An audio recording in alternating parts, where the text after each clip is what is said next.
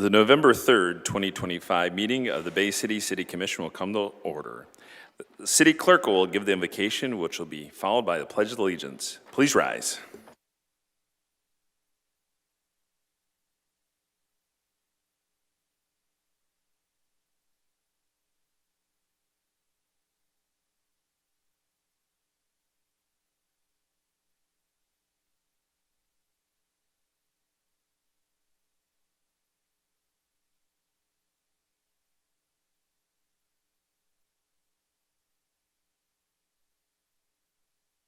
Will the clerk please call the rolls? Commissioner Cubit. Here. Coakley. Here. Tenney. Here. Zanotti. Here. DeWitt. Here. Rumberg. Here. Charlebois. Here. Morris. Here. Mr. Mayor. Present. We have a quorum. First business is we have some presentations. I don't think we have anybody from the lung cancer group here, but I'm just going to read the proclamation just in case. Somebody reached out to me about the concern about we have a lung cancer prevalence in our community. So I'm just going to read this. And whereas lung cancer is a leading cause of cancer death among men and women in the United States and Michigan, accounting for more deaths than colon cancer, breast cancer, and prostate cancer combined. And whereas according to the Centers of Disease Control, there were 532 new lung cancer cases between 2017 and 2021, and 345 deaths due to lung cancer between 2018 and 2022 in Bay County. Whereas the 5-year survival rate for localized lung cancer is 60%, yet only 24% of lung cancers are diagnosed at this stage. And whereas screening for lung cancer for high-risk individuals using low-dose computed tomography can lead to earlier detection of lung cancer and save lives. And whereas funding for lung cancer research trails far behind funding for research of many other cancers, and additional research is needed in early diagnosis, screening, and treatment for lung cancer, as well as cancers, and additional research is needed for early diagnosis, screening, and treatment for lung cancer, as well as in lung cancer affecting women and lung cancer health disparities. And whereas lung cancer incidence is decreasing twice as fast in men as it is in women, each year more women die from lung cancer than breast cancer. And by 2035, more women will die from lung cancer than men.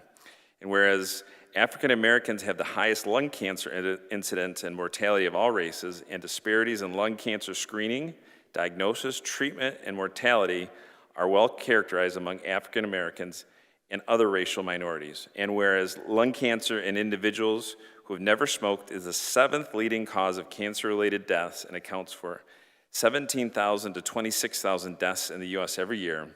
And whereas the stigma surrounding lung cancer creates barriers of early diagnosis, treatment, and funding for research, has detrimental impact on the quality of life of people diagnosed with lung cancer, and hinders awareness of and research into lung cancer risk factors other than smoking. And whereas lung cancer research is leading to breakthroughs in the identification of genetic alterations associated with lung cancer and in the development of lung cancer treatments, including immunotherapies and targeted therapies. And whereas organizations working in Bay City, such as the American Lung Cancer Screening Initiative, are committed to educating about lung cancer and lung cancer screening and the work to increase lung cancer screening rates in Michigan. Now, therefore, I, Christopher R. Gerard, Mayor of the City of Bay City, do proclaim this month, November 2025, as Lung Cancer Awareness Month. So do go out and get lung cancer. Actually, my grandmother passed away from lung cancer years ago. So, and then I do have a second one, Family Court Awareness Month.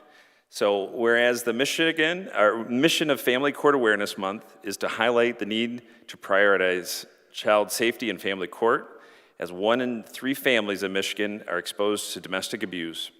And whereas an estimated 58,000 children in the U.S. are ordered into unsupervised contact with abusive parents each year, resulting in almost 1,000 children in the United States murdered during visitation with an abusive parent since 2008. In Michigan, 39 children have been murdered by a parent since 2008 during divorce or custody disputes, including 6-year-old Rowan Morley Poles of Caledonia, Michigan in 2024, and 3-year-old Dylan Thiebel of Kent County in 2021. Whereas Warren's and Dylan's families have been working to increase awareness of child safety issues by promoting Family Court Awareness Month, have been honoring their children's legacy by introducing legislation to improve the safety of missing children in Michigan and helping improve Kent County's response to domestic violence. Rowan's Act was introduced in the Michigan House of Representatives this year by Angela Rigas, who represents portions of Allegan, Kent, and Berry counties. This amendment will allow a faster response to Amber Alerts to be issued if police believe a missing child is in danger. Kent County, Michigan recognized the need for a specialized domestic violence court, followed 6 domestic violence-related homicides within 3 months in 2021. This court, staffed by individuals knowledgeable about the intricacies of domestic violence, aims to support victims and families, holding offenders accountable and prevent further homicide. And whereas Bay County hopes to improve safety and outcomes for families exposed to domestic violence by having law enforcement change the way it responds to domestic violence, calls for using lethality assessments in all domestic violence cases. And whereas the mission of Family Court Awareness Month is to promote judicial education that would include training on domestic violence, child abuse, childhood trauma, coercive control, and post-separation abuse for all professionals, included in family court cases. And whereas Family Court Awareness Month recognizes the need to incorporate evidence-based research into the court's decision. This includes adverse childhood experiences study. This research highlights long-term effects of exposure to abuse in childhood and emphasizes the need for research-informed and impartial decision-making to protect children's well-being. And whereas Family Court Awareness Month aims to encourage collaboration amongst legislators, advocates, professionals, and community to improve family court practices, ensuring they are guided by evidence-based research and prioritize the safety and best interest of children. Now, therefore, I, Christopher R. Gerard, Mayor of the City of Bay City, do proclaim November 2025 also as Family Court Awareness Month. So, and then we now have a presentation regarding station number 5. I'll turn it over to City Manager. We're going to have the fire chief come up and introduce along. Is the public safety director coming up too? Oh, you're doing the computer work, okay.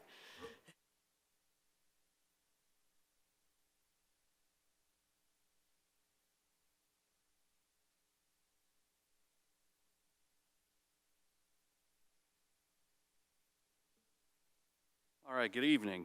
Can you hear me? Is that on? It is on. Can you hear me now? All right, there we go. Good evening, everyone. Tonight we'll be hearing from Daniel Redstone of Redstone Architects, who will be presenting information regarding Fire Station number 5. This presentation stems from a resolution made by this commission to evaluate and determine the best options for Station 5 moving forward. We fully support this review process and appreciate the thorough work being done to guide these decisions. However, it is important to note, Fire Station 2 still remains the highest priority for the Department of Public Safety. The building constructed in 1956 faces significant challenges, significant PFAS contamination throughout the building and property, deteriorating structural conditions, crumbling walls, water leaks, and non-compliance with current standards. So as we hear the presentation from Station 5, it is important to note it's not our only issue that we're currently dealing with. So with that context, please join me in welcoming Daniel Redstone.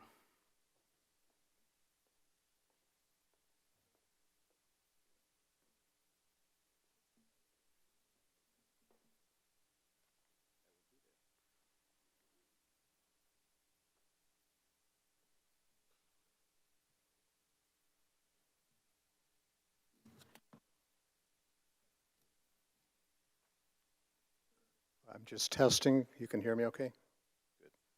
Good. Well, thank you very much. It's an honor to be here tonight and to have been able to work with your Public Safety Department, Director Powell, Deputy Director Shank, and Chief Karate. And next.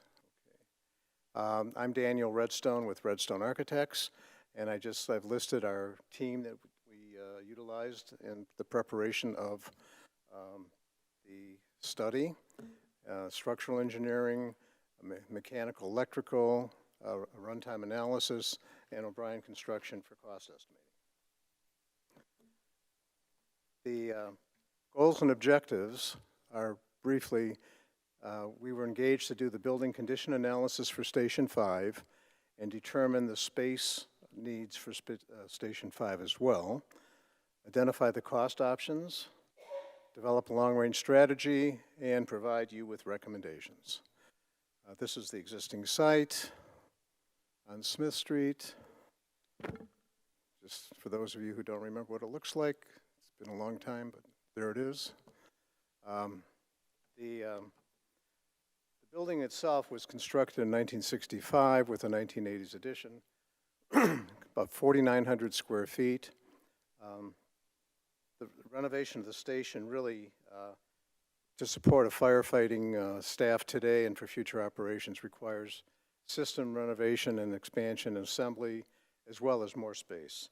The interior of the building really needs to be fully demolished to accommodate the space needs and the operational workflows. I'm so sorry. I'm having trouble hearing you. Our mics are not very good. You do need to speak directly into the mic the whole time. Okay, so, all right. Well, here we go. Generally, it's in poor condition to critical condition. Structural components are not good. Interior organization doesn't meet NFPA standards for protection of firefighters, hot, warm, and cold zones, and so on. And many of the spaces, the whole building is really non-compliant with energy, ADA, and building codes. Structurally, much of the same. The apparatus bay really requires extensive repairs, and really the masonry off the apparatus bay, the masonry is peeling off. The mechanical electrical systems are also in really bad condition. Our electrical engineer, she did not want to turn the switch on because she was afraid she would cause a fire due to the limited capacity of the switchgear as well as the condition of all of the equipment. Mechanically, it's the same, similar situation. So, in terms of building condition, it really requires a comprehensive redesign and modernization to ensure all of the code compliances, the safety for the firefighters, and so on. This is a summary of the space needs assessment, which we did. The full assessment is in your report. Basically, we've assumed, identified almost 8,200 square feet of space if we were to replace this building as a new facility and accommodate the required spaces. And that includes even increasing the apparatus bay. You just can't do the living quarters and the sleeping quarters and leave the apparatus bay the way it is. You just can't do it. So I just wanted to point that out, that you have the specifics in the report, but we're short about 3,000 square feet for a station if it were to be designed from scratch today to accommodate a going forward 21st century fire station. We've identified cost options. If we were just to throw 5,000 square feet of renovation in, it's about $350 a square foot. It does not include the space needs assessment requirements for a fire station. So option 2 was really renovate and expand the station. That's about 8,000 square feet and would require about $3.4 million. And then the third option is a new build, take the old building down. It's about a little more expensive, but still it's in the, instead of 3.3, it's 4 to 4.5. So it's maybe $1 million more, but it's what we think is maybe the best solution. Part of our situation was how do we tell you what those options are for Station 5 without doing a runtime analysis? So we commissioned Beckett and Rader to do a runtime analysis to give us some response time options. And the NFPA requirement is that 4-minute response time, 90% of the incidents, and to meet the NFPA guidelines. Statistically, the department is getting about 5,000 calls a year. Over the last 5 years, 60% of those calls were for rescue and emergency medical. It's from the 24 annual report. It was noted that in 2023 there were 24 structure fires, and in 2024 there were 13. So I think it was 23 or 24 down to 13, but still a very small percentage of the 5,500 calls. Excuse me. So if we were to look at the scenario based on the runtime analysis, and Fire Station 5 remains location, whether it's a renovation expansion or a new build, the runtime scenario shows that I think over 90% of the calls meet that 4-minute minimum. And let me just get to that.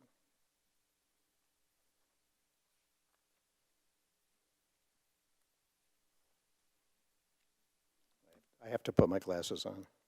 So that's 98% of the time with fire station location remaining, we're within that 4-minute minimum for all calls.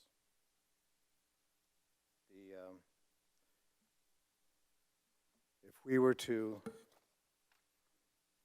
close Station 5 and operate out of Station 4, the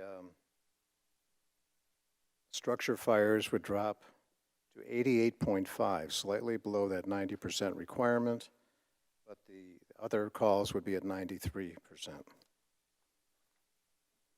So if you look at the comparison of the two options, 4 minutes on the would be 98%, and the second option would be 93.2. So both options, whether you keep Station 5 or you close Station 5 and just keep Station 4 on the north side, would still give you that 93.2% of a 4-minute response time, which is pretty good in terms of your ISO rating. The ISO rating, fire operations are 50% of the rating, of which the runtime is about 10%. So it's a very small, impact on the ISO insurance rating.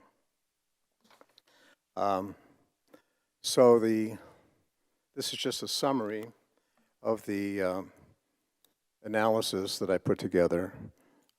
Basically, renovate and expand is A, and keep Station 5 closed, and renovate and expand Station 4 to accommodate the increased traffic. All calls would be 98 to 93. The structure fires, again, 98 to 88.5. But it's a pretty, if you look at it, it's pretty consistent that if Station 5 closed, you'd still meet those, for the most part, meet that NFPA requirement for a 4-minute response time. So, our recommendation is do not renovate Station 5.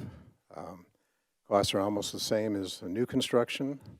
Response times are without the station are close to the NFPA requirements. ISA rating will remain at least 3. The existing site, we haven't really talked about it, but it's on a park. It's a park site.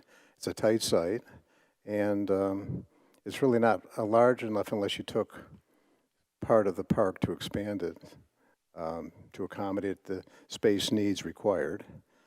And if you did close it, you'd be able to expand the park. And I urge you to at least explore the option of renovating and expanding Station 4. I know there's a piece of property behind that station that was the city sold years ago that's still vacant, that might still be available. The cost for renovating that station would be probably similar to what you'd put into Station 5. And it would have a 21st century station on the north side of the river. So that is what I'm recommending and what Redstone Architects is recommending for your consideration, that I know you have a lot of issues with the public safety in terms of stations, old stations, and staffing and other things, but this would be our recommendation. And I'd be happy to answer any questions that you might have. All right, thank you, Mr. Redstone. So Commissioner Coakley? So would you consider yourself an expert on this? On fire station design, Absolutely. the word expert has a legal implication. Yes, I'm very knowledgeable, and I'm confident in what we're saying. Yep. And your recommendation to this commission is to not try to reopen it at this time? All things considered, I do believe that it should not be reopened. Did we take a look at Station 2 at all with this, or were you just focused on 5 and the possibility of I 4? was just focusing on 5, but I did get a tour of 4 and 2. And 2 has a lot of issues. And I think the chief just talked about them as he introduced me. So yes, that probably is another station that is worth considering.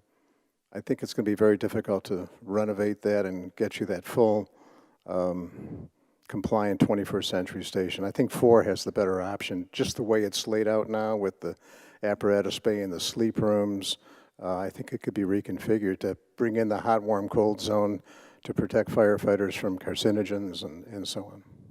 And the cost that you did show this commission, that did not include firefighters, what it would take to man the station and equip it?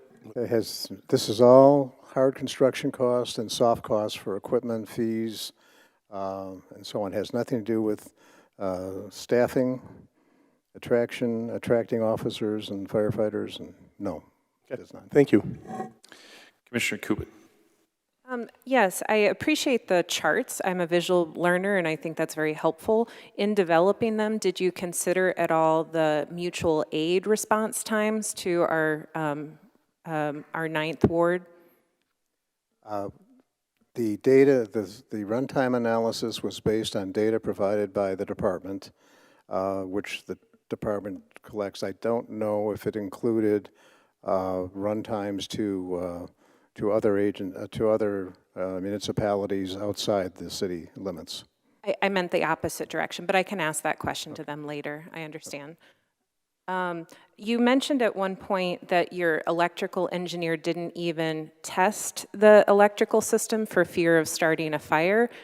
She was very afraid of it, and it's minimal. It was just, it's in the report how bad it was, and all the equipment and so on. It was typical of most of the equipment in the entire building, both mechanical and electrical. But just that turning it on wasn't necessary to thoroughly and fully give her opinion regarding the electrical system. It was not, apparently it was not, no. All set, Commissioner? Okay. Commissioner Morris? Question. If to renovate Station 5 is similar to the cost of renovating Station 4, but on paper it shows me that if we did renovate Station 5, we would still keep our run times above 90%. Why still renovate Station 4 and lower our run times? I need to get a better, if you could Okay. better explain it to me so I can understand. Well, the whole goal is to try to get your response time to 4 minutes out the door to the incident scene. And the Station 5 open shows obviously the 98 all the way through. Station option B, which was to close 5 and renovate and expand 4 with the additional equipment necessary, still keeps you well above the 90% required or recommended by NFPA, and it puts you covers the whole north side of the river with a modern station, and you're very close to that. I mean, you're over the 90% except for slightly under on the structure fire. But the rest of it is still well above the 4-minute requirement. Another question. So we would be below 90% for structure fires when it comes to response time. And I'm not sure, the question I'm gonna ask, I'm not sure if you'll be able to answer, maybe someone else here can. If you cannot, let's say there is a structure fire, and let's say that we did not get there on time. Let's say people died because of the structure fire, and we knowingly kept Station 5 closed, knowing that we are below the NFPA standards. Could we face, or could the city face some legal action because of that? And if you don't know the answer, that's fine, but I'm hoping someone could talk to me about possibly like legal issues, knowing that if we were to do this. That's outside my purview. I'm not an attorney. Maybe. I understand.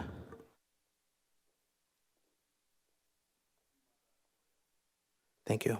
So this NFPA standard that's referenced is NFPA 1710.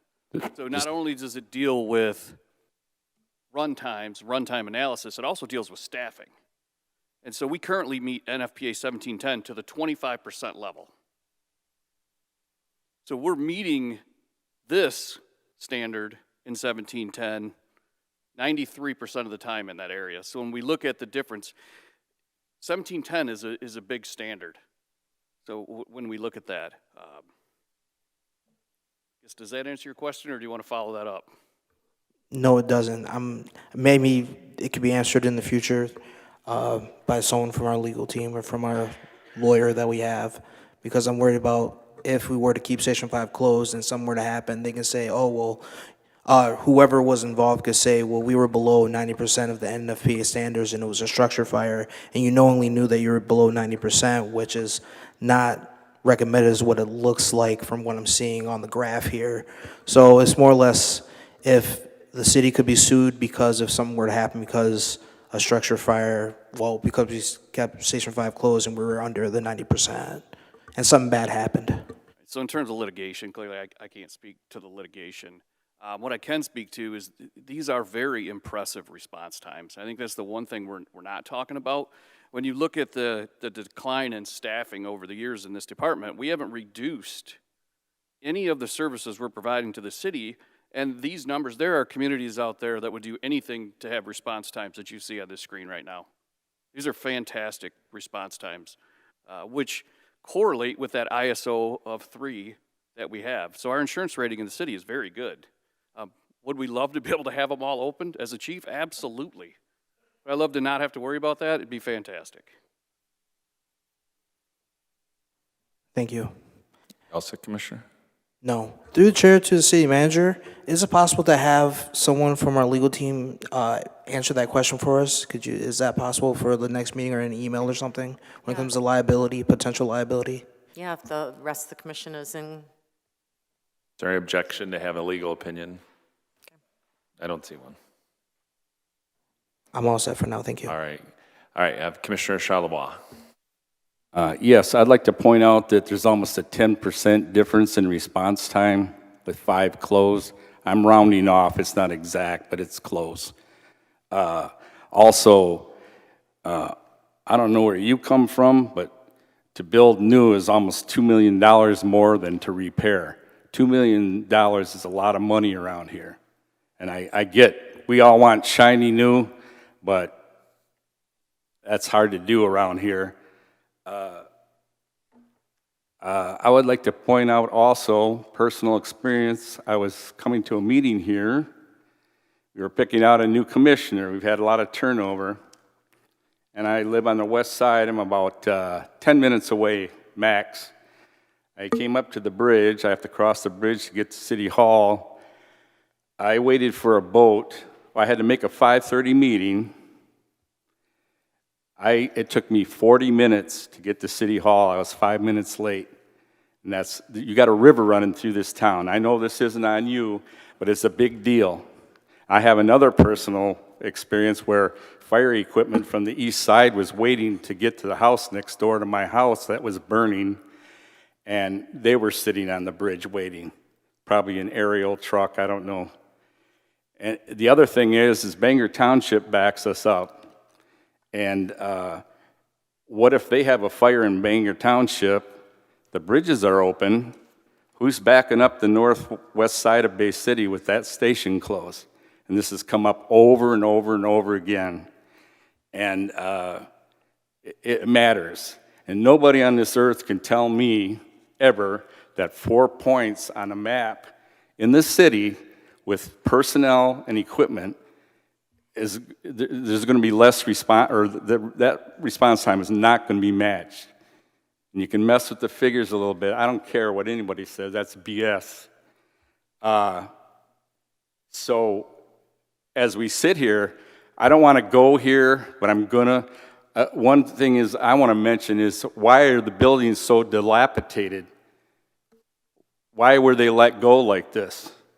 Now, our main station downtown, in the last little while, we got a new roof put on there. That's good. I'm glad. There is an air pump there that I was informed fills the tanks on our firefighters' backs when they go in a building. That air was down for most of a year. And our guys are going to Bangor Township to fill those tanks. Now that's pretty bad. Now, this isn't on you, sir. I know you're the architect, but I got to get some of this stuff off of my chest. And especially the $2 million to build a new building. $2 million, that's a lot of money. You could put that in what's the one on the south end? Station 2. Station 2.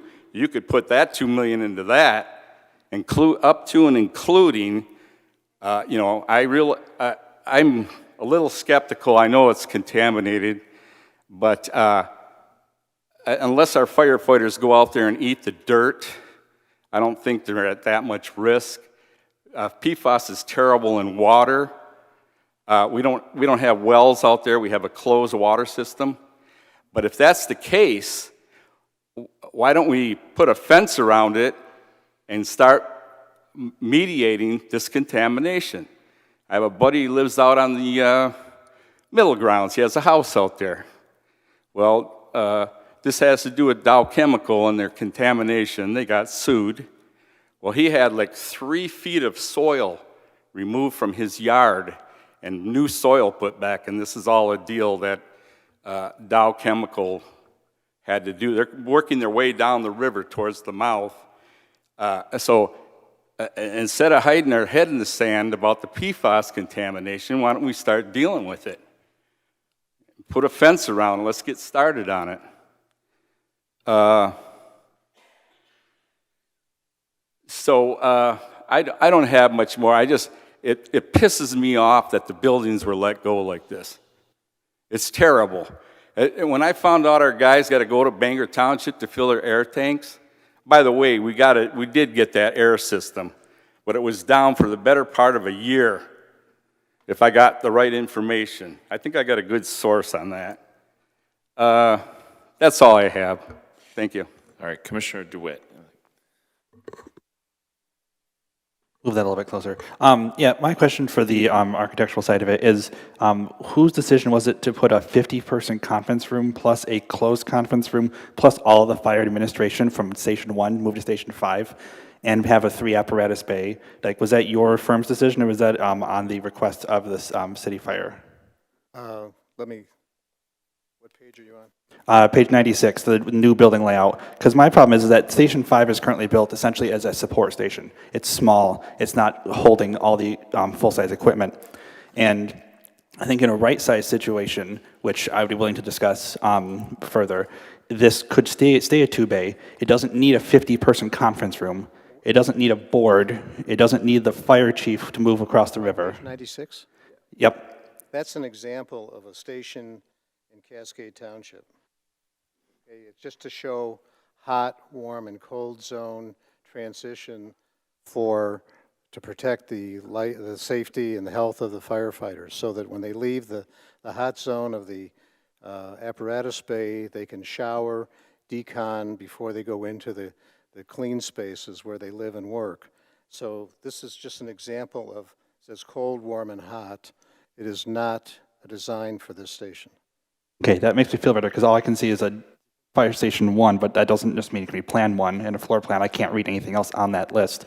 But I was concerned that we were going to put in, at the lowest per square foot effectiveness of $1.3 million extra dollars into a station that wouldn't be able to fit it, nor make sense to move our operations. I appreciate your looking. If you look below our logo on that sheet, you'll see Progressive Associates. I was a consultant to Progressive Associates out of Grand Rapids for the Cascade Township study. So this is, again, an example of what we did for them, but it's to show this transition zone. We just had a proclamation for lung cancer. Firefighters who are exposed to carcinogens have a higher chance, probability of getting lung cancer. And so this hot, warm, and cold is a trend that started 10 years ago. Every new fire station or renovation, we're doing 2 in Auburn Hills now, renovating. We are including this warm zone transition as part of that design because we have to protect the firefighters.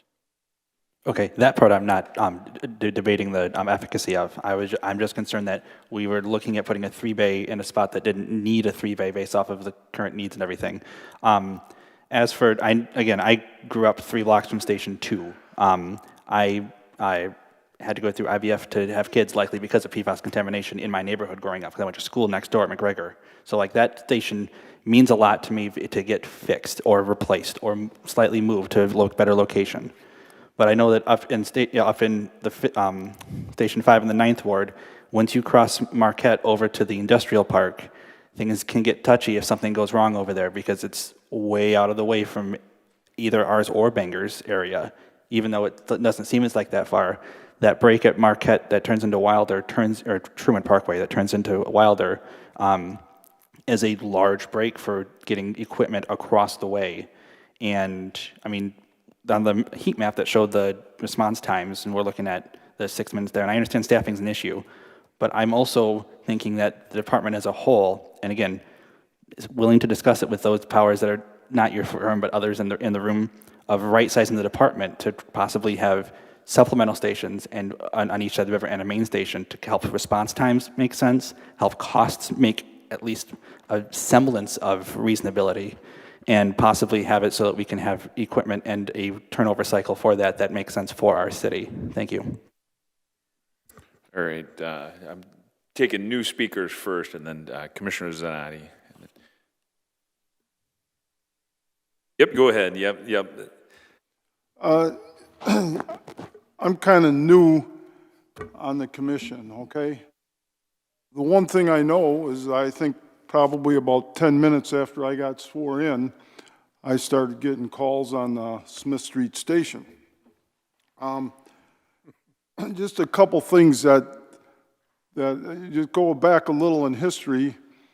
We used to have 2 stations on the east side, and we had 3 stations on the west side. One by Winona and Salzburg, I believe. You had one on Lynn Street, right behind Midland. I don't know, John or one of those names was set right on the corner. And then you had the one in the Banks. And then when they built the one over on, is that Dean Street, I believe? Dean? When they built the one on Dean, we sold the one on Salzburg, and the whole purpose of that, and then we ripped down the one on Lynn Street because, you know, pretty much we told everybody that was in the middle and that would cover the west side. So we kind of got to remember a little bit what we did in the past that got it to this point. I appreciate your presentation. The only thing I don't know, we pretty much hired you to evaluate the building on Smith Street. You know, to remodel it or not remodel it and all that. But then you talk about we should put the money in Station 4 and even know where the property is. Either way we do this or don't do it, it's going to cost us money, okay? Which we don't know where the money is going to come from. The other thing is if we do open another station, we have to come up with money for manpower. I'm a firm believer that we're short of firemen and we're short of policemen, okay? And I just think that we have to look at this thing, that the whole picture. And then before you give a presentation, and no offense, Chief, but you kind of bring something up that Station 2 is worse than the station they want $4 million to fix up. It makes me kind of nervous that shouldn't our mission to be to look at public safety in the whole city and what's the best thing we can get. I don't know if the answer is one station or two on the west side. I would think two would always be better than one, but I don't know that because I don't think we have that information. But I think that that's the discussion that we need to have, is what's the plan for the whole city? Because what good's it do us to fix up Station 4 or 5, whatever it is, and then find out we have to close Station 2 because it's got major problems? I mean, I think we have to look at the whole picture. We have to, you know, you guys, I only been here 2 months, but the bottom line is we have to public safety millage. I mean, we can be talking about stations and we can make you guys rich because you can go check Okay, I every don't care what station. you You know, I know we won't make you rich. You know what I'm saying, though. We need to do something that looks at the whole picture. And you know,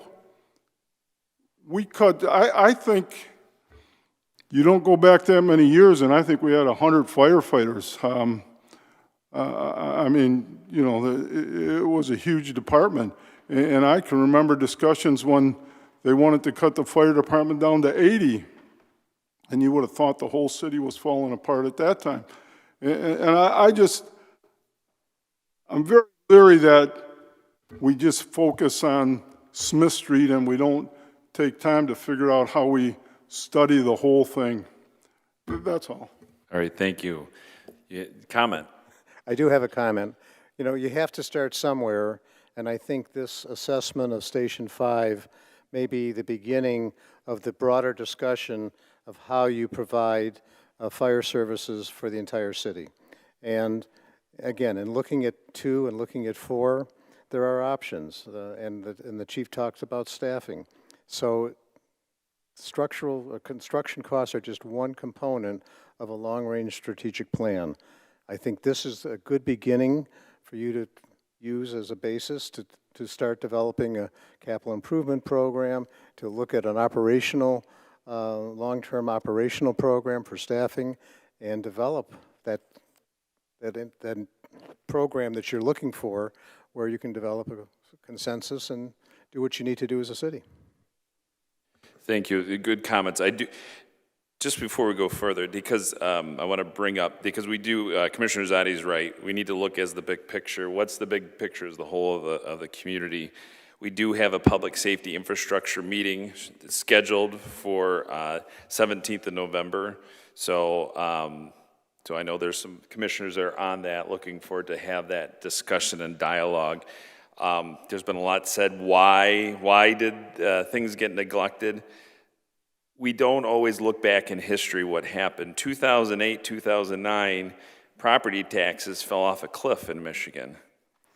Your revenue into the community gets significantly cut, millions of dollars. At the same time, the state cut significant dollars.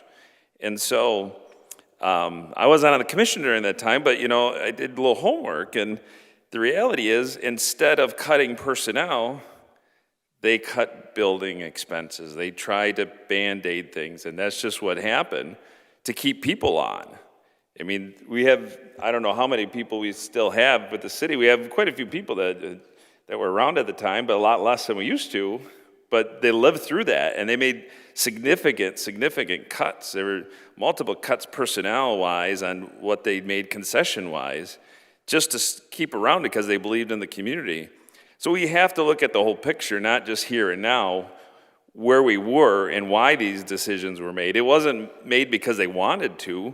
It was made because of necessity to provide the best service they could with the resources we had coming in. We're just only now, the last couple of years, getting the amount of revenue from property taxes that we had from 2008, 2009.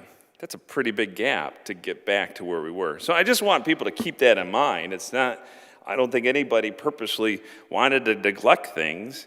It's just these are decisions had to be made, and I think they believed in personnel over infrastructure. Now, that being said, we have to make some decisions, and without additional revenue resources, I don't know how we do some of this, because we do know that Station 2 has a huge volume of calls. right? Largest in the community, so we have to do something with Station 2. I also believe we need to make sure the west side is covered properly. And I do want to make sure that we address some of the concerns. They've been doing a very good job. I think our department, our fire department, public safety, has done a commendable job, and I don't think they get enough credit for what the resources and the amount of personnel that we have now. I mean, they would kill for having the amount of people they had a decade ago, and we just don't have it, right? So we need to give them a kudos and a big round of applause right now. Let's do that, first of all, for their efforts. We need to pass that along to everybody. Working in Station 2, we have a couple firefighters that go in there. They know there's contamination. They go in because they care about the community. So I want to keep that in mind when we make these decisions. So Commissioner Coakley had some comments. A couple things. 88.5, what would we have to do to possibly get that up any higher, and how many actual calls is that? Well, structure fires, as I said, in 2024, you had, I think, 13 structure fires out of 5,300, and in 2023, you were 23 structure fires. So it's a very, very small percentage. I know that's a small percentage, but it's still a big number to those who are involved with Someone's that. going to come and correct me here. Listening to the conversation, just to clarify a couple things, this does not include mutual aid from Bangor Township, their response time. And when we talk about the NFPA, I think it's 1710, the standard he's talking about with response times, that's also get there in 4 minutes or less with 4 firefighters on a truck. Like, even if we meet the 4 minutes or less, it's with one person. We're never going to meet that standard unless, money rains down from heaven on us. That's not likely to happen. Well, we can only hope. Right. How many times has Bangor or mutual aid been denied or unavailable? Never, that in my memory. And that's all I need. I mean, that was another question I had on this. Getting to the PFAS on Station 2, it's something that needs to be addressed. Our brave men there are risking their lives with fires and everything else. They don't need to have that also. And if we have to make choices, we have to prioritize what's best for the city. I mean, I want everything. I want a fire station over there too. I really do, but I do believe we need to get 2 taken care of. How many calls do we get out of 2? Roughly 2,000. 2,400 is. A year? Yeah. That would be devastating for the city if we lost that station. Correct. Just to clarify too, we have done a lot of remediation there. We've been working with environmental groups. They actually dug up a ton of dirt, disposed of it, retested again, and there was still too much contamination. We applied for a grant from the federal government. They're saying it's still in their budget if they can ever approve a budget for us to get roughly $900,000 to clean up that site. So we're not just sitting on our hands waiting for. No, and I didn't want to insinuate you were. It's just, in my opinion, the faster we get 2 taken care of, the quicker we can react to 5 in that area and anything that's there. Just as a city in a whole, we cannot afford to lose 2.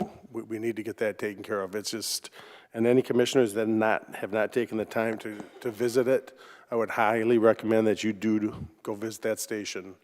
And you'll see the structure inside and what's going on there. That's, like I said, that's just, we got to do one thing at a time. We got to prioritize. We got to look out what's best for the city as a whole. And that's how I'm going to fight on this. All set, Commissioner? All set? I think so. Commissioner Charlevoix. Okay, Commissioner Kubit? Yeah, can you talk a little bit more about generally modernizing structures? I'm looking at page 67 of 108 in the report where you're talking about a space needs assessment, and you've got the current area of Station 5, which is a little over 5,000 I think, square feet, and the estimated area required is about 8,000. And it really breaks it down, and it seems to have some very good reasons for that. And if you could just speak a little bit more about generally modernizing, and let me kind of finish my thought about where I'm going with this. So the chart that we had looked at earlier, where you're talking about the transition zones, this is technology that I didn't even know we needed, so I didn't know that we needed to spend a bunch of money on Station 4 as well. But I guess if we're doing a deep dive into what modernizing fire stations really means and what that looks like, if you could just sort of speak briefly about generally some of the modernization stuff that we should be thinking about as we look for a long-term plan. Well, first of all, there's the size of the apparatus bay, SCBA cascade rooms, station compressor. Can you make sure you're talking in the mic? Okay, I'm sorry. Is the light on? The light's on. Can you hear me? Okay. The warm zone, which is is turnout gear, a washing area, laundry storage, where again a firefighter can come in, derobe. He's taken his turnout gear off already, and he's coming in and he's going to shower and then go into the living quarter. So that requires a shower or two, depending on the staffing of the station. It requires EMS supply. It requires laundry, small stackable laundry, washer dryer, place to hang robes and so on. You need a turnout gear room so that you can go get your turnout gear, that it's not contaminated in the apparatus bay. You have EMS supply storage, again, in a warm zone so it's not contaminated. We are using, and most stations today have an exercise room for the firefighters. We have one very small in here, 300 square feet, but it's enough for a firefighter to go in and use a treadmill or something. We have individual sleep rooms so that we have 2 sleep rooms for the 2 firefighters on duty per shift, times 3 shifts.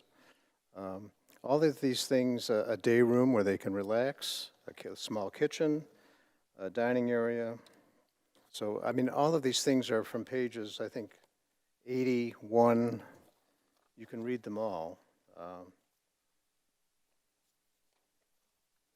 Public zone, we have very little in the public area. I mean, we have a small lobby vestibule, and that's it. We're not really planning, we didn't plan for the public to come into that station. So it's all about operations, and all of these space needs we went over with the department and identified what the needs were. This is not a wish list. This is really what is needed for an operational station. Station 2 is a bigger station, covers more area, has more staffing. These numbers would go up. Station 4 might shift, add a bay or two. I think we talked about adding 1 bay. I can't quite remember, but that's, in the future, we'd have to discuss exactly what would go there, and then how much staffing would be, and where we would put the transition zone, which I said before in my presentation. The way it's laid out now, I think it'd be very easy to put in that transition zone between the apparatus bay and the living quarters. But those are 2 analyses that have not been done. So, and I agree that I think you've got this big picture. Station 2 with almost 40% of the calls really is an important station that needs to be looked at. And 4 with, and again, I don't know what the number of calls total were on the west side, but 1,700, so that's a third of the 50-odd hundred calls. So those 2 stations are, 33 and 40, it's 75% of the calls would be those 2 stations. So I agree. I think you need to look at the big picture and come up with a long-range plan to how to implement. I appreciate be a you part of helping it. us get some numbers to some of these options and to give your detailed report. Thank you for it. Okay, thank you. Thank you, Mr. Redstone. Any other questions? Okay, thank you very much. We appreciate you coming tonight. Yep, thank you. All right, next order of business. Oh, go ahead, yep. I just want to mention to everybody, so we do have an approved, in our resolution, a timeline going forward. Obviously, tonight you're not making a decision, so our timeline is going to have to be adjusted. I'm assuming you probably want something on the next agenda, but I feel like we need to wait till we have our infrastructure committee meeting, and then we'll put something on after that, if that's appropriate for everybody. But I just want you to know that the resolution is going, the timeline's going to slide down. So you're very aware of that then? Okay, thank you. All right. Next order of business is the adoption of the agenda. Is there a motion to adopt the agenda? Commissioner Tenney? Move to approve the agenda as presented. Is there a second, Commissioner Coakley? Second. Do any members of the commission wish to add any item to the agenda? Seeing none, will the clerk please call the roll on the adoption of the agenda? Commissioner Cubit, Yes. Coakley, Yes. Tenney, Yes. Zanotti, Yes. DeWitt, Yes. Rumberg, Yes. Charlebois, Yes. Morris. Yes. Yes. The agenda has been adopted. Next order of business is the consent agenda. Do any members of the commission wish to make a change to the consent agenda? Seeing none, next order of business calls for public input on the consent agenda. This is the opportunity for citizens to remove an item from the consent for consideration on the regular agenda. If anyone in the audience wishes to make a change, please come to the microphone, print your name on the registration sheet, state your name and address for the record, and the item you wish to have considered for the regular agenda. All right, seeing no one come forward, is there a motion on the consent agenda? Commissioner Morris. Move to approve. Is there a second? Commissioner Runberg. Second. All right, will the clerk please call the roll on the adoption of the consent agenda? Commissioner Coakley, Yes. Tenney, Yes. Zanotti, Yes. DeWitt, Yes. Rumberg, Yes. Charlebois, Yes. Morris. Yes. Cubit. Yes. 8 yes. All right, the consent agenda has been approved. Next order of business calls for public input. Under the rules of the City Commission, each speaker will be allowed 5 minutes to speak. Commissioner Coakley will serve as the timekeeper. This is the opportunity for citizens to address the commission regarding any agenda item or any other matter. If anyone wishes to address the commission, please come forward, print your name on the registration sheet, and state your name and address for the record. We do ask you to be respectful in addressing the mayor and commission. Public input is one-way communication. The mayor and commissioners cannot answer questions at this time. Please meet with them after the meeting if you need further information.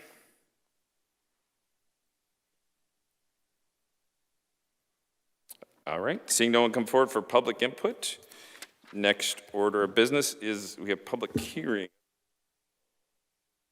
of remarks of the mayor and commission.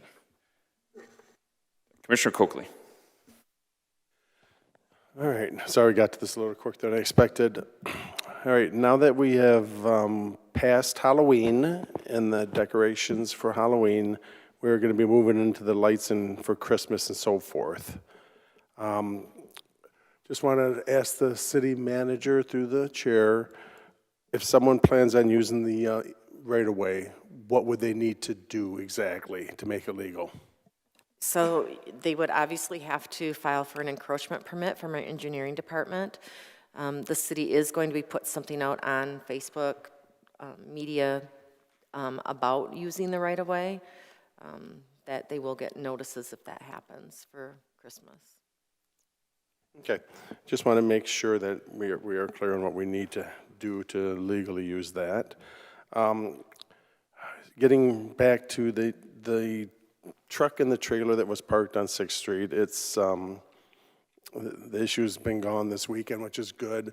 I know they're within the law on what they're doing, but it's something I think we need to look at where you can permanently park something and just move it. I know it's not you, but they're within the law. If we get a fine for a trash can that's been out there a little bit longer, we should be able to figure out something with the parking and that. That's something I want to address in the future, and I want to have a sit down with you to see what we would have to do on that. Just, I mean, You saw my email back, right? With No, I the didn't. options? Okay, I just want to make sure. I did actually, about the no parking and that, so forth. Yep. Yeah, when we start taking away parking, that's a little bit sticky. That's to why I us. gave As somebody who's lost the parking on their street, Yep. it's more valuable than you think. A lot of food can drives going on, a lot of people needing help, so if anybody can help anything, please do. And that's all I got today. Thank you. Thank you, Commissioner Tenney. Thank you, the chair. Just wanted to wish all of my fellow veterans a happy Veterans Day. It's right around the corner.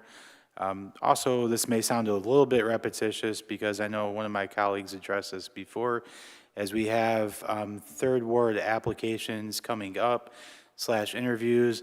I'd just like to encourage all of my colleagues to give every applicant a number by their name. If you don't rank somebody, that defeats the whole purpose of ranked choice voting. If you don't like them as much as others, rank them lower, right? Every applicant that comes in front of us is indeed qualified. They just have to live in the ward that they're looking to represent, right? Finally, I'd like to thank all of the nonprofits that are stepping up to help those who are in need of food in these times. Thanks. Thank you. Commissioner DeWitt. Yeah, my first one is going to be, I want to thank Public Safety for taking care of an issue I heard from a constituent on 25th Street with they also derelict vehicles in the road. And then looking at the future, we got the report for projects for infrastructure for the $2.5 million we released coming up soon. We're also, you're going to have the Public Infrastructure Subcommittee meet soon so we can get options on the table for that.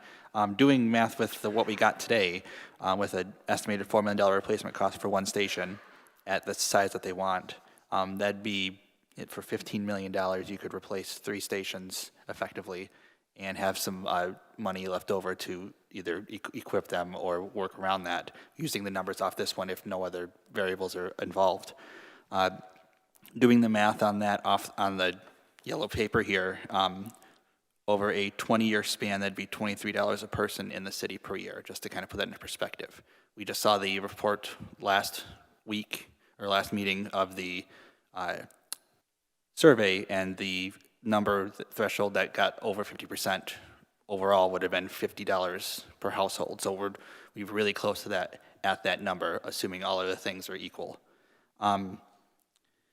Then I also want to go off of what Commissioner Tenney from the 4th Ward just said about ranking everyone who shows up. Again, if people put in for an application and they show up and they give their interview, I see no reason to keep them excluded from the points total. Thank you. Thank you. Commissioner Cubit.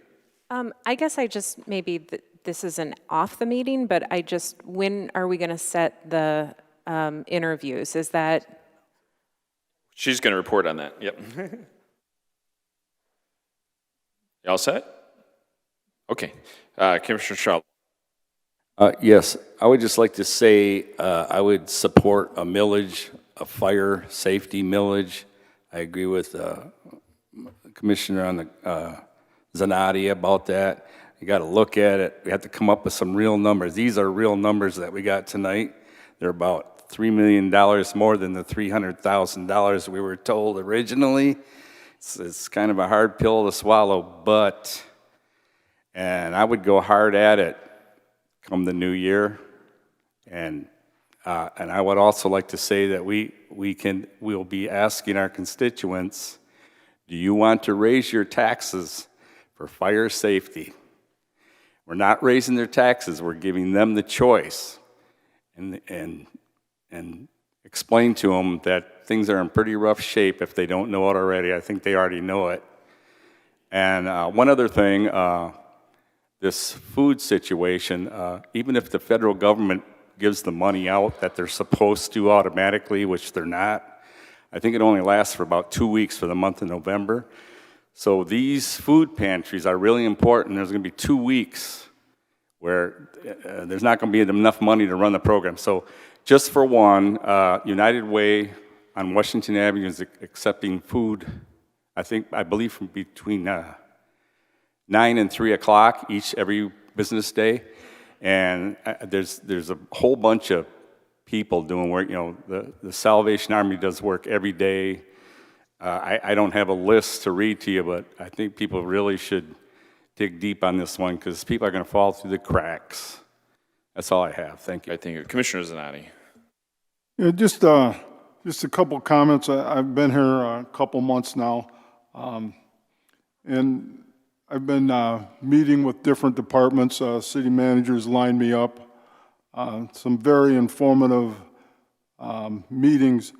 And I just want to, you know, I know you go to these meetings and you talk about problems and you talk about different beliefs and where everybody's coming from, but, you know, of course, when I got on, the first thing, you get the blight calls. And Saturday, some old lady from the south end, I assume she sounds old, I never met her, but she had a problem with the neighbor. She called to thank me. I mean, all I did was call Dana and code enforcement. There was another concern, but two cleaned up, got a call back, appreciative. Got to spend some time in the electrical department, which was more up my alley than sitting on the city commission. Just unbelievable, the facility for an old building and how well it's kept up. I got to go look at the generators. And we have I shouldn't say old, I'm going to get in trouble again. We have a mechanic that works over there. I mean, he looks old, he's got a gray beard. But actually the guy worked on ships and he rebuilt our generators. And I was talking to him, kind of pretending like I knew something about these. And he found a defect in those from when they were built in, was it like the early 80s or something, that the manufacturer choked on. And he found that, and the manufacturer actually supplied the parts to kind of make the thing right and make it just unbelievable. The treasurer had. Then the last meeting was with the DPW. And the first thing I said, I think the guy's name's about, the first thing I said to him is, what is the BTW or D, whatever? Well, it's a hash about everything we do in the city, okay? What an organization over there. Nice facility, but you can tell the organization, I go into these new engine plants for Ford and Chrysler, and that's what they're trying to achieve in those plants, and that's what we got. And the last good thing I want to say is over on Winona, either Winona or Henry, that street splits, I get them mixed up. It was raining and these little kids are selling lemonade. I don't know what they're selling, okay? It wasn't drugs, they're just little kids, okay? And, I said I should stop. These kids are doing something, but it was raining. I didn't stop, but I'm looking through the mirror because I kind of felt guilty. You should support somebody trying to. And here I see a cop car, a police car, I'm sorry, stops, and police officer, I would assume he bought some lemonade for the kid. I didn't check it out. But I mean, that those guys are out there engaging in the community. I watched the police Friday nights at the Central game. It's some good stuff we got going on, and I just know if we want to talk about the need for fire stations, we got to remember we got a lot of good stuff going and a lot of great city employees. Thank you, Commissioner Zanatti. Any other comments? Commissioner Rundberg. Yeah, I just wanted to say, again, congratulations to the 1700 block of South Chilson. I believe you were down there as well, Mr. Mayor, checking it out. They had quite a big turnout out there, as was expected. Everything went along safely, and I just want to thank everyone for their patience and their work on both sides that made that happen. And I guess that's all I really have tonight. All right, thank you. Anybody else? Real quickly, so this weekend, I just want to take a moment to honor Cecil John C.J. Lisk. I don't know if anybody's aware of him, but he's a lifelong resident of Bay City. He was a World War II Army Ranger, and whose courage and work ethic continue to inspire us. So earlier this year, Army Rangers, World War II Army Rangers were awarded the Congressional Medal of Honor. And CJ was only one of 5 living members of that remarkable group. Unfortunately, he recently passed away, so his family got together in tribute to him at Krizek's House Restaurant. But definitely something really inspirational that he put service above self, and somebody from our community was there in the front lines of that. So definitely an honor to recognize him for his accomplishments. Also, I do want to publicly thank. Last week, I was on a phone call with folks from United Way and the Bay Area Community Foundation talking about what kind of effort organized that we were going to do as a community to come together to support those that were going to be impacted by the cuts to SNAP. And so really kudos to those groups. We all came together, pulled in multiple agencies, and we shot some videos and to raise some awareness. We wanted a streamlined process, so as Commissioner Charlevoix has commented, so United Way is taking food drop-offs, and then to centralize donations. If you make it to the Bay Area Community Foundation, they have links. There's lots of information out there. It is kind of a fluid situation because there's been reports that a judge has ruled that SNAP benefits were needing to be allowed. So there's the debate on whether or not that'll happen and how much. So with that being unknown, I have to say we have a really great community. There's lots of donations going through. I know Commissioner Tenney put out a notice for this group, and there's collections made. And I know that Arcabay County, specifically people with disabilities who aren't working, right? They need these kind of assistance to help feed themselves. And so there's a collection that the commission did, and so thank you, Commissioner Tenney, for organizing that. We'll get it to the Arcabay County. But again, look for social media, look for the websites of the United Way and the Bay Area Community Foundation, and they'll steer you to different pantries if you do need assistance in the community, and if you're looking to donate, Bay Area Community Foundation or the United Way for actual perishable goods. So that's all I have. City manager. Oh, one last thing. I did attend, and she's going to mention somebody got honored today, but I was at the Bay County Prevention Network, and a number that kind of struck me is over the last few years, we've been putting Narcan kits out in the community. And I know it has a negative stigma, but I tell you what, it saves lives. And so 5,000 Narcan kits were distributed in our community this last year. The first year there was like 700. So, and those things save lives. So we got to end the stigma around those kind of things. So if you see it out there, if somebody's experienced substance use disorder, we need to find ways to get them connected to resources. So one of the things that really impressed me also is the youth prevention initiative. So, and I know we've had Katie Ball here before talking from that group. And so the more we can do to help encourage youth and prevention of those kind of things, the better we are as a community. So that's all I have. Just to start off, I really do appreciate the comments by Commissioner Zanotti about our employees. It's pretty important for our employees to hear those comments. And along with that, we did go to the Bay County Prevention Network annual celebration today, and one of our employees did receive an award. It was for an Unsung Hero Award, and they wrote up a quick little thing. This individual has helped in more ways than you could imagine. The Unsung Hero Award is for an individual whose selfless, behind-the-scenes contributions have helped in a number of projects that they might not even be aware of. They never focus on their own personal success or attention, but they are always ready to help. This person serves our coalition every month, even without being able to attend a meeting. Additionally, this person is always willing to help with data and give their valuable insight. So I would like everybody to applaud that our Director of Public Safety, Caleb Brell, received this award today, and it was a total surprise to him.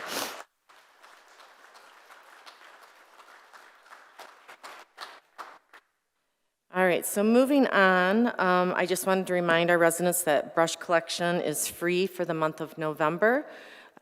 We obviously started November 1st. We begin on the city's east side and we work from the south to the north and make it over to the west side, and we only pass by residents one time. Third ward applications, we have the 8 applications. We are going to schedule that interview for November 24th at 5 p.m. I will send out a calendar invite to all of you as well, so you have it in your calendar. And we'll notify the applicants tomorrow.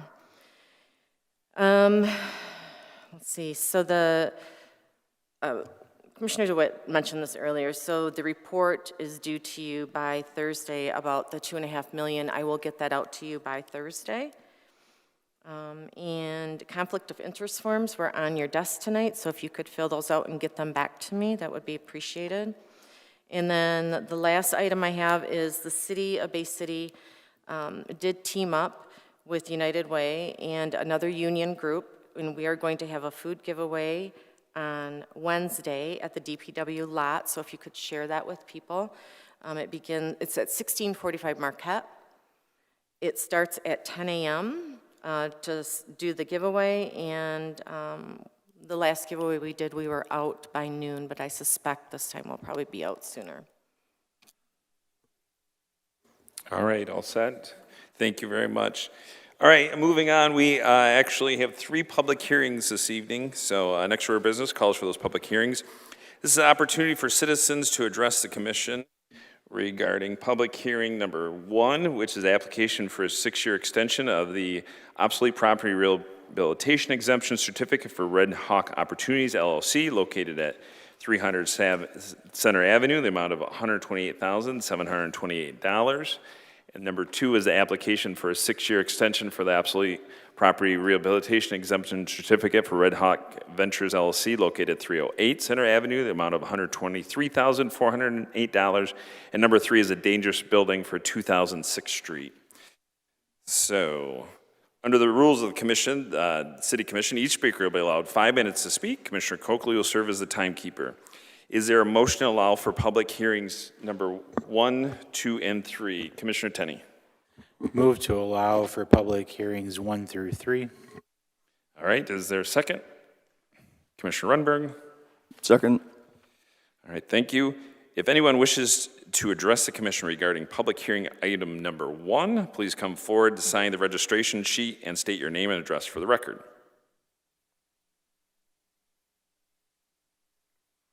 All right, seeing no one come forward for number 1, if anyone wishes to address the commission regarding public hearing item number 2, please come forward, sign the registration sheet, and state your name and address for the record.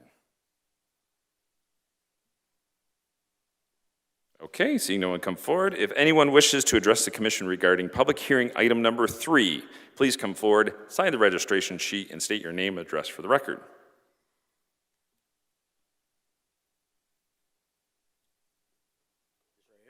Yep, right here, yep. Where do I sign my name? Yeah, there should be a sheet there, and you sign your name and address. No, there's not.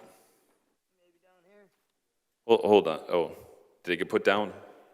Okay, yep, perfect. Yep. My name is Brian Ancosti, and I'm just, I own 2006th Street, and just wanted to come to the meeting today. We have started fixing the place. We have the foundation started. It's all boarded up. It's gated off, and hopefully it'll be done by the next 2 weeks. I'm not sure what else I'm supposed to really. Yeah, anything you want to say, it's your 5 minutes. I guess that's all I wanted to say. Just let everybody know we are continuing to get it cleaned up and fixed and in an orderly conduct, and so it's not going to be a dangerous building. And that's it. Okay, thank you very much. Anybody else like to come forward for public hearing number 3? Please come forward.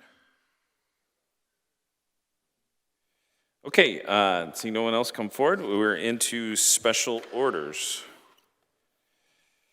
Will the clerk please read the next item on the agenda? Special Order 1, Commission as a Whole Resolution approving 6-year extension for the obsolete property rehabilitation exemption certificate for Red Hawk Opportunities LLC, located at 300 Center Avenue, in the amount of $128,728. Recommendation approved. Is there a motion? Commissioner Tenney. Move to approve. there a second? Commissioner Coakley? Second. Discussion. Commissioner DeWitt. So this counts for both of them because they're both linked together. These property addresses both have active businesses in them and operating at what looks like full capacity at least, because there's MDL, there's Bridge Partners, and there's a realtor in there too. On the other side, you have the game shop and a convenience/smoke store. When there's that many businesses active, is it really an obsolete building anymore? I'm going to have Sarah come up, please.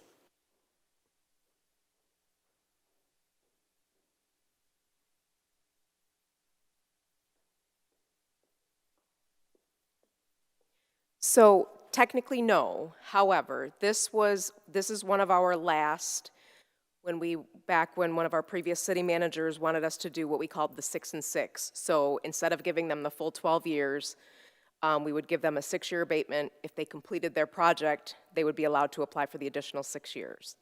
So a lot of these folks, when they do their pro formas and they decide how much they're going to spend, they base it on that 12-year abatement. So they're just simply asking for the additional 6 that they are allotted per the statute. So even though there are active businesses in there, at the time when they applied, our policy was only to do the 6, but to allow them to apply for the additional 6 as long as they completed their project, which they have. Okay. When I was reading through it, I didn't really see that justification in there, so thank you for I that. apologize. All right, any other discussion?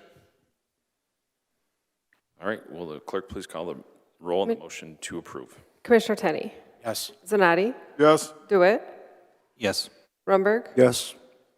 Charlebois. Yes. Morris. Yes. Cubit. Yes. Coakley. Yes. 8 yes. Motion's been approved. Will the clerk please read the next item on the agenda? Special Order 2, Commission as a whole resolution approving 6-year extension of the obsolete property rehabilitation exemption certificate for Red Hawk Ventures LLC located at 308 Center Avenue in the amount of $123,408. Recommendation approved. Is there a motion? Commissioner Zanotti. Is there a second? Commissioner DeWitt. Second. Discussion. Seeing none, will the clerk please call the roll on the motion to approve? Commissioner Zanotti. Yes. DeWitt. Yes. Rumberg. Yes. Charlebois. Yes. Morris. Yes. Cubit. Yes. Coakley. Yes. Tenney. Yes. 8 yes. Motion's been approved. Will the clerk please read the next item on the agenda? Special Order Number 3, Commission as a whole resolution to approve the order of the dangerous building hearing officer regarding 2006th Street. Recommendation approved. Is there a motion? Commissioner Coakley. Motion to approve. Is there a second? Commissioner Tenney. Second. All right. Will the clerk, discussion. Yep, Commissioner DeWitt. So as the person who's saying their property owner, because I didn't remember the name of the property owner when I looked it up earlier, if they're doing work on it and it's 2 weeks, are we able to delay this for the next city meeting to determine if the work is actually being completed on schedule, or is this past that point on that schedule? So if you see in the cover rec, it does say that they issued the permit on September 11th, but no work has been started per the dangerous building ordered. I'm going to have Sue Coggin come up because she deals with these, so she can let you know what has been done since that permit, if anything.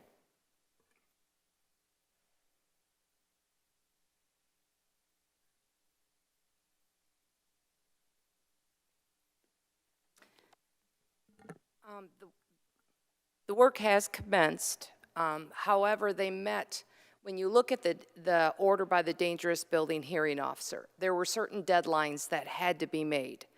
He missed every one of those deadlines.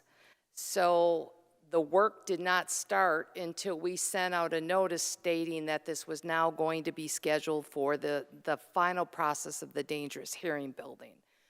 After speaking with both the building official and the deputy building official, they have finally done a footing inspection, but the foundation is only a small piece of what has to be done. So we felt it was pertinent that we continued with the dangerous building process to make sure that this stays on task, because this property has been going through this since, 2014, 2013. And it's just been a detriment to the neighbors. So the goal is to keep it moving. It is moving in the right direction. We want to keep it moving in the right direction. Okay, that's kind of what I was looking for, Steve, like the timeline you mentioned, 12 years effectively. And if this passes, because obviously we haven't voted on it yet, and they continue to make the work, the end game, they would still be able to, they're still going to be able to keep the property and keep it improved. It's just that we are applying the last bit of pressure to ensure that work's done, correct? Absolutely, absolutely. The goal is to keep it moving. If the resolution is approved, they have 60 days, which still is longer than what the original order was by the hearing officer. And again, we're very, very pleased that it is now started at this point, and we have good faith that it will be completed. Okay, that's the clarification I was looking for. Thank you. You're welcome. Hey, Commissioner Morris? My question was answered. All right, Commissioner Coakley?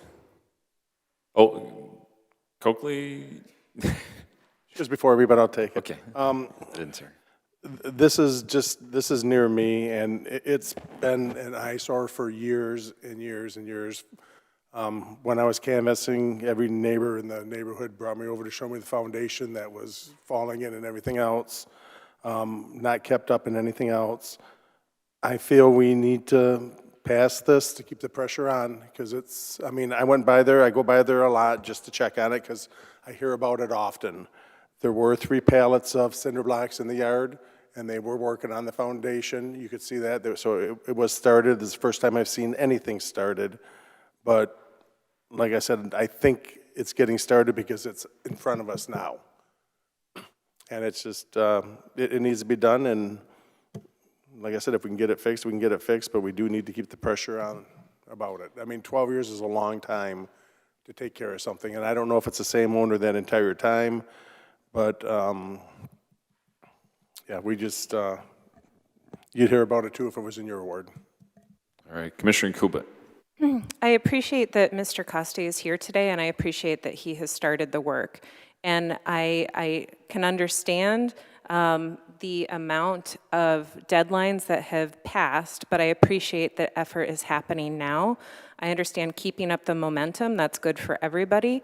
And I would make a motion to refer this to staff for 1 more week. I think that having us pass this resolution at the next meeting would help him keep up the momentum. And I would like to see him make some significant progress in that time. If I can, the resolution states that he has an additional 60 days right now. Yeah, I understand that. So motion's made. Is there objection? So Commissioner Coakley. Yeah, I mean, there's been plenty of deadlines over the You time. just say I object. Okay. So we'll do a I'm sorry. Is there a second then to refer? Commissioner Zanotti? Okay.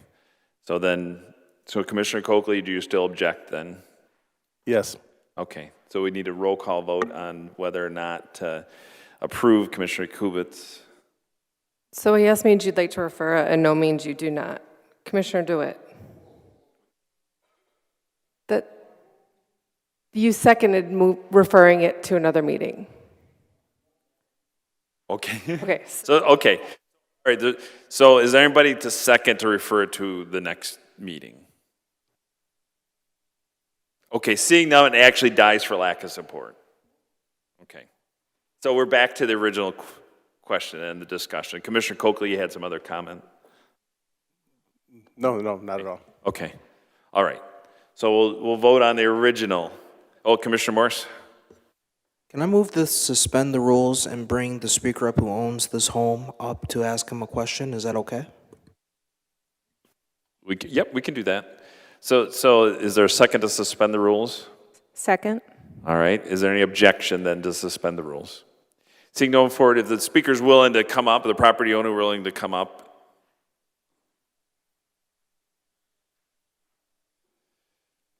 Commissioner Morris?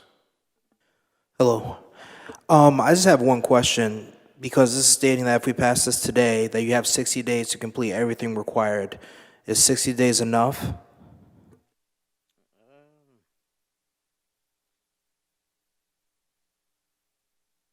To complete the outside of the foundation.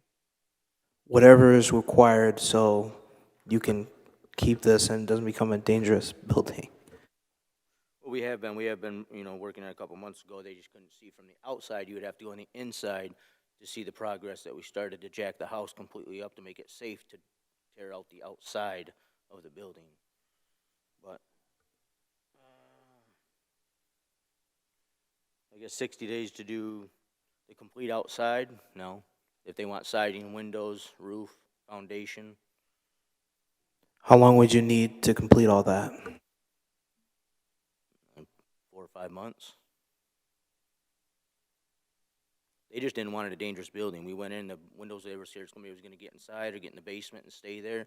We boarded up all the windows, made sure all the doors could not get open, covered the foundation outside, put some fence up and some caution tape so nobody could get through the backyard to make sure nobody would go there, put no trespassing signs up, and then got started with the inside to tear the outside foundation walls. And we can only do it in sections instead of jacking the entire house completely off the ground.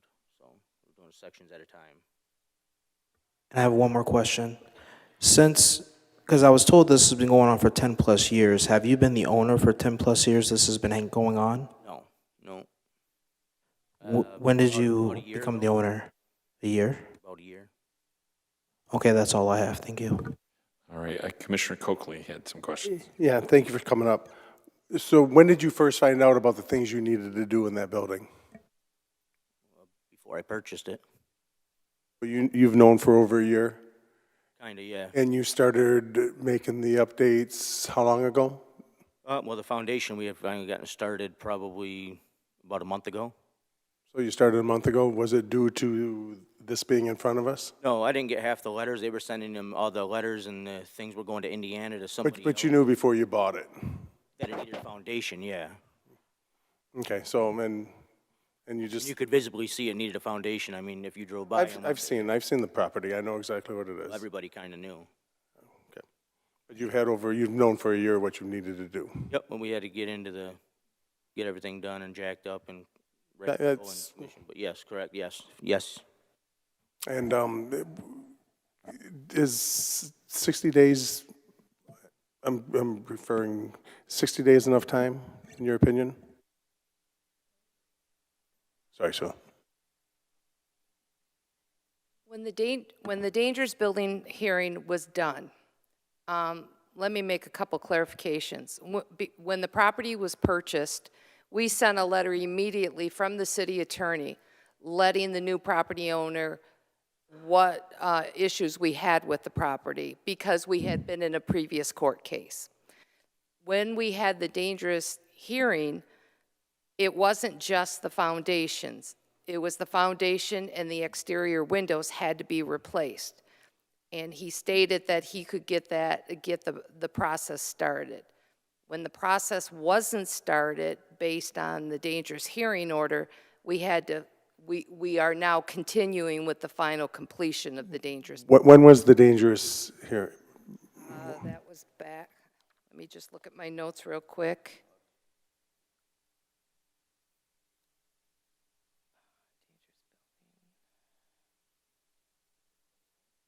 September 9th of 2025.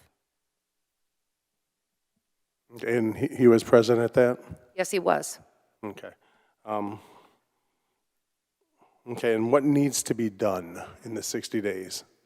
The foundation needed to be completed, and the exterior windows need to be completed, not boarded, fixed. Okay, is that enough time, in your opinion? We did allow him a little bit more time, especially with the windows. That is the historic district. So we assumed that depending on what he was going to do with the windows, if he applied to the HDC, if it was something that needed HDC approval, the dangerous hearing officer said he could have more time as long as we kept seeing progress. When we didn't see progress is why we are where we are now. Okay, so that's basically, I just wanted to make sure everybody was doing their due diligence and giving timelines and being fair with everything. All right, thank you. Commissioner Rundberg. Thank you for being up here, Sue. Question I have, by day, I am a person who sells and installs windows. It's in the historical district, so I know we're gonna be really limited on what types of windows that can be installed in there. And I know if it's going with like an Anderson, for instance, there's about a 10 to 12 week turnaround on special order, and those are almost certainly special order sizes. So if I'm understanding you correctly, if he gets the foundation done, and then we at least get like an order, proof of an order for the windows or something to that effect, we can extend this? Correct, Okay, thank you. correct. Commissioner Tenney? Just for clarification, worst case scenario, 60 days elapses, the foundation's incomplete. There hasn't been any kind of ordering lined up for windows or a reach out to the HDC, anything like that. What happens then on your guys' end, or our end, I should say, as the city? If the resolution is passed and 60 days goes by and the work doesn't continue, we don't see progress, we would then have the right to tear down the building at the owner's expense. Thank you. Any other questions? Commissioner Zanotti? In 60 days, if the guy's like 80% there, you've got leeway to give him a break for another 30 days. It doesn't have to come back here or anything. Okay. So our goal is always to continue working with them. Understand that. As long as we're seeing progress. I appreciate it. Okay, so yeah, so for clarity, if he's making progress, the foundation's in, he's started on the windows, because there's no specification of what he gets the windows replaced, is that correct? And that's the complicated part because it is in the historic district. It may take some time depending on, are they going to be repaired? Are they going to be replaced? Would it have to go before the HDC? So we know that's going to take time. But if it's glass pane, if he just went to the hardware store and got glass panes, we couldn't really say anything. No, but there's more damage than that. There's more damage. Okay, would we replace? Okay. Yeah.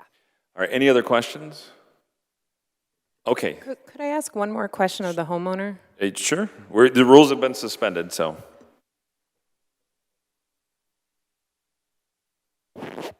I heard you say earlier that you didn't think that you could accomplish what was being asked of you in 60 days, but then we heard some additional information giving some clarity about what's being asked for. With that additional clarity, do you think you can make substantial progress to be in substantial compliance with what is being asked? Yeah, yes.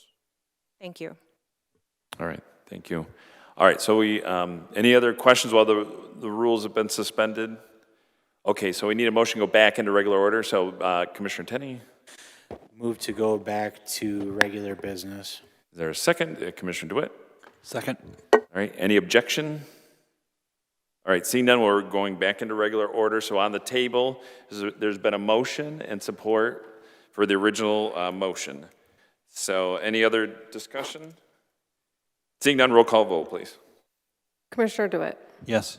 Rumberg? Yes. Charlebois? Yes. Morris? Yes. Cubit? Yes. Coakley? Yes. Tenney? Yes. Zanotti? Yes. 8 yes.